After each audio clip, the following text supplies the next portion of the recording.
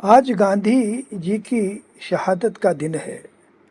आज ही के दिन 1948 को एक पापी ने गांधी जी की गोली मारकर हत्या कर दी थी। विनोबा भावे गांधी जी के परम भक्त थे। उनसे 25 साल छोटे थे। गांधी जी विनोबा भावे को बहुत मानते थे। गांधी जी के बारे में विनोबा भावे ने अपने एक संस्मरण में कहा है कि 1916 में जब मैं उनके पास पहुंचा, तभी उन्होंने मुझसे कहा कि विनोबा, गांव-गांव में आश्रम होना चाहिए और हमें गांव-गांव में बिखरना चाहिए। किस तरह सर्वोदय समाज का रूप बनाना है, इसका वे चित्र खींचते थे और आखिर तक वह बदलता रहता था। परंतु इसका मूल स्वरूप आप थोड़े से क्रूड शब्दों में देखना चाहते हैं तो हिंद स्वराज्य में देख सकते हैं। जैसे उपनिषदों की भाषा कानों को क्रूड लगती है, वैसे हिंद स्वराज की भाषा भी क्रूड है।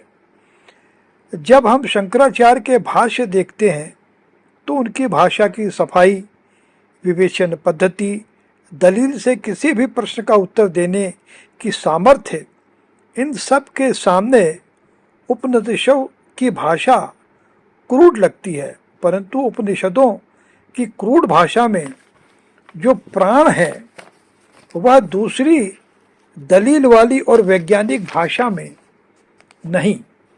शंकराचार्य खुद यह महसूस करते थे और इसीलिए वे उपनिषदों के सामने नतमस्तक थे। वैसे ही हिंद स्वराज्य में गांधी जी का विशाल हृदय प्रकट हुआ है। उन्होंने उसमें जैसा कहा है उसको जैसे का तैसा हम लें, ऐसा वे नहीं चाहेंगे और न हम भी वैसा लेंगे।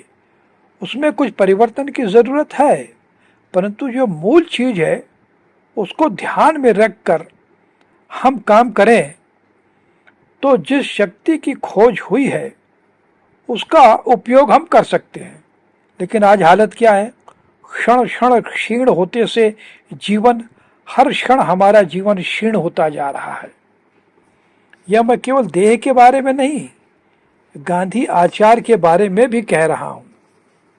गांधी विचार के बारे में हरगिज नहीं कहता हूँ, कारण वह तो इतना अमर है कि लाखों चपेटे खाकर भी अब तक अभंग है, जीवित है और आगे रहने वाला है। यहाँ ही नहीं, फिलिस्तीन में भी वह जीवित रहेगा।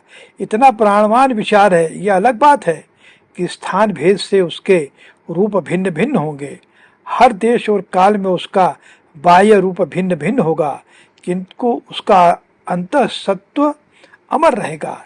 इसलिए गांधी विचार के बारे में मुझे चिंता नहीं, मात्र गांधी आचार जो क्षण क्षण क्षीण होता जा रहा है, इसके बारे में चिंता और छटपटाहट हो रही है।